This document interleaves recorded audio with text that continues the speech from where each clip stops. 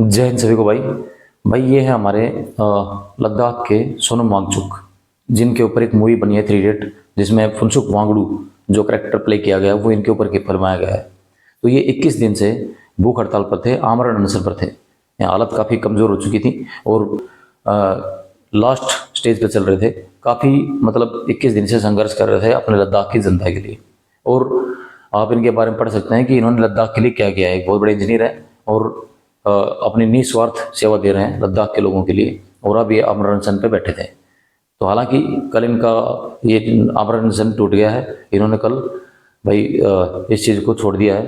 तो इनसे वादा किया गया कि भाई जो इनकी मांगे वो मान ली जाएंगी। तो लेकिन बीजेपी सरकार है, ध्यान रखना, जो जिसको काम ही धोखा देना है।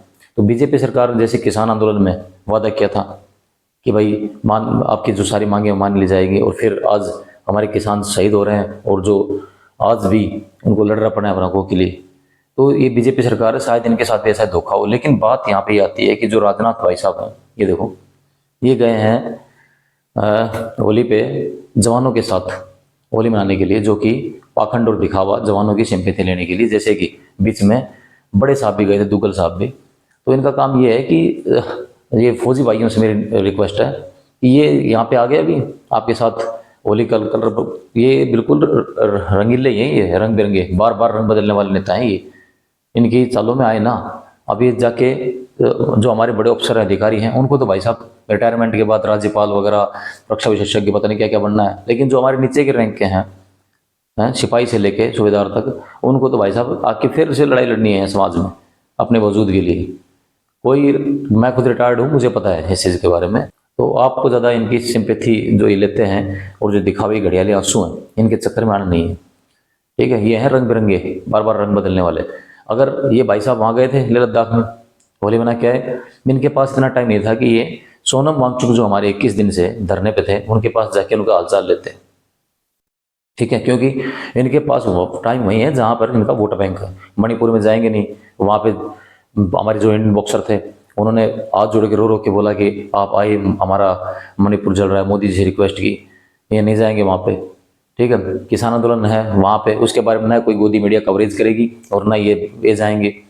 उसके बाद यहाँ पे सोनम वांगचुक जी जो 21 दिन से अनशन पर थे, उनके किसी भी गोदी मीडिया चैनल ने कवरेज नहीं की। और जैसे ही ये टूटा कल, तुरंत देखना सभी चैनल्स पे तुड़वा दिया। सोनम वांगचुक जी को देखो, आमरण अनशन तुड़वाया मोदी सरकार ने। अब मतलब अब तो ये हो गया ना भाई कि हाँ, दिखाना है लोगों को, देखो मोदी सरकार ने बात मान ली। 21 दिन से कहाँ पता नहीं अंधभक्ति में ढोलक पीट रहे थे मोदी जी का, हैं सारा दिन मोदी मोदी मोदी मोदी, हैं उसी की डफली बजाते रहते हैं आराम से सारा दिन। तो भाई ये बस ये बताना था कि ये जो गए थे ये पहले भी काम हो सकता था। 21 दिन से जो बैठे थे ये काम पहले भी हो सकता था। इन्हें माइनस टेम्परेचर में दिन रात करके बैठे हुए थे वो।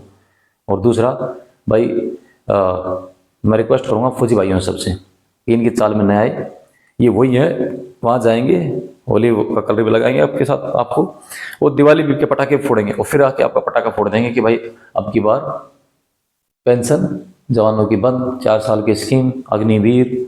ठीक है, इनके नेता 7 पेंशन लें, उससे कोई फर्क नहीं पड़ता। हमारे नेता एक दिन भी अगर ये रहेगा, ये इतने बड़े, ये देखो इतने बड़े देशभक्त हैं, इतने बड़े क्रांतिकारी, इतने बड़े देश के रक्षक हैं कि एक दिन अगर नेता कोई रह गया तो उसको आजीवन पेंशन मिलती रहेगी। लेकिन जो जवानों के, किसानों के, मजदूरों के बेटे बॉर्डर पर जाकर अपनी जान गंवाते हैं, उनको शहीद का दर्जा नहीं मिलेगा। और उसके अलावा उनको पेंशन भाई बंद, क्योंकि इनको सरकारी खजाना बचाना है। और इनके जो आका हैं, इनके बाप हैं जो लेके भाग गए लाखों करोड़ रुपए, सर विदेशों में बैठे हैं, उनसे कोई फर्क नहीं पड़ेगा खजाने पे। और इनकी जो पेंशन है, लाखों करोड़ रुपए पेंशन उठा रहे हैं, कोई फर्क नहीं पड़ेगा। उसके बाद जितने भी व्यापारी हैं, मोटे मोटे पेट वाले, अडानी अंबानी जैसे और बड़े बड़े व्यापारी, उनके अगर लोन माफ़ी आप देखोगे, देखना आप गूगल करके कितना लोन माफ़ किया है, तो इनको कोई फर्क नहीं पड़ेगा। ठीक है, बस फर्क पड़ेगा सिर्फ और सिर्फ सेना के जो जवान थे वो पेंशन ले रहे थे उसके ऊपर। ठीक है, अग्निपथ स्कीम बना के और एक साजिश करके मुझे लूट रहे हैं। ऐसी ही स्कीमें आपके लिए और भी लाई जाएंगी फौजी भाइयों के लिए, आर्मी के लिए। तो ये किसी भी तरह से आर्मी या सैनिक सेना के पक्षधर नहीं है। इनकी चाल को समझें, ये सब मगरमच्छ है। ठीक है, बस इतना ही कहना था भाई मेरी। और अब चुनाव आ रहे हैं तो सोच समझ के लॉजिक लगा के वोट दें कि कोई भी सरकार आए लेकिन वो किसान की हो, जवान की हो, मजदूर की हो। ठीक है, शिक्षा, रोजगार और स्वास्थ्य के बारे में सोचे, लोगों के बारे में। ये नहीं कि एक दूसरे को धर्म के नाम पे लड़ाए और बस सिर्फ और सिर्फ उनको हम ये चलते हुए दिखाई दें कि बस मेरा वोट बैंक है, ये मेरा वोट आ रहा है, कैसे न कैसे करके इसको अपने पक्ष में करना है। बस ये ध्यान रखें और यही सोच के वोट अब की बार बटन दबाएं। हालांकि ईवीएम भाई साहब के पेट में है, आप कहीं भी दबाएं, ये तो आपने देखा होगा चंडीगढ़ का उदाहरण, उसके अलावा बहुत सारे एग्जाम्पल आ रहे हैं। वोट तो आपका जहाँ भी दबाएंगे, जाना तो इनके पक्ष पाले में ही है, जाना बीजेपी के पास ही है। ठीक है, तो बस इतना बोलना था मेरा। ध्यान रखें ऐसे दोगलों से और ऐसे मगरमच्छों का बिल्कुल ख्याल रखें। जय हिंद।